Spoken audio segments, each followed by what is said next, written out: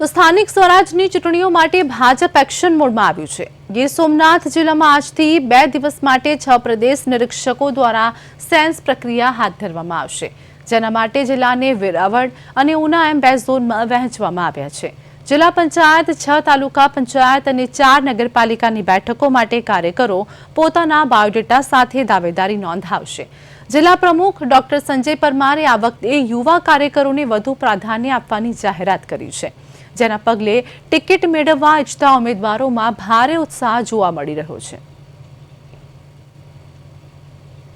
દરેક જિલ્લાઓમાં સેન્સ પ્રક્રિયાઓ ચાલુ થઈ ગઈ છે ત્યારે એના અનુસંધાને ગીર સોમનાથ જિલ્લામાં તારીખ 1 એપ્રિલ અને 2 એપ્રિલના રોજ 2 ભાગમાં 2 વિભાગ પાડીને એક વેરાવળ વિભાગ અને એક ઉના વિભાગ, એના વેરાવળ વિભાગમાં વેરાવળ અને તાલાળા વિધાનસભા અને ઉના વિભાગમાં ઉના અને કોડીનાર વિધાનસભા, એ રીતે 2 વિભાગ પાડી અને આખી સેન્સ પ્રક્રિયા ભારતીય જનતા પાર્ટીના સૌ સંનિષ્ઠ કાર્યકર્તાઓને આ ચૂંટણી પર્વમાં ભાગ લેવા માટે હું અત્યારે અહીંથી આહવાન કરું છું।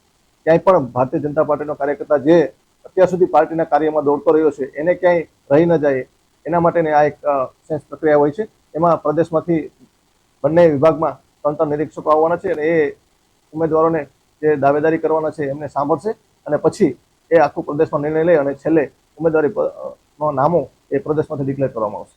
અત્યારે સ્પેસિફિક કોઈ ક્રાઇટેરિયા પ્રદેશમાંથી આપવામાં આવ્યા નથી, પરંતુ જે કાંઈ છે પાર્ટીના સક્રિય સભ્યોને પ્રાથમિકતા આપવામાં આવશે અને જે મોટી ઉંમરના કદાચ કોઈ હશે તો એમની જગ્યાએ યુવાનોને પ્રેફરન્સ આપવામાં આવશે।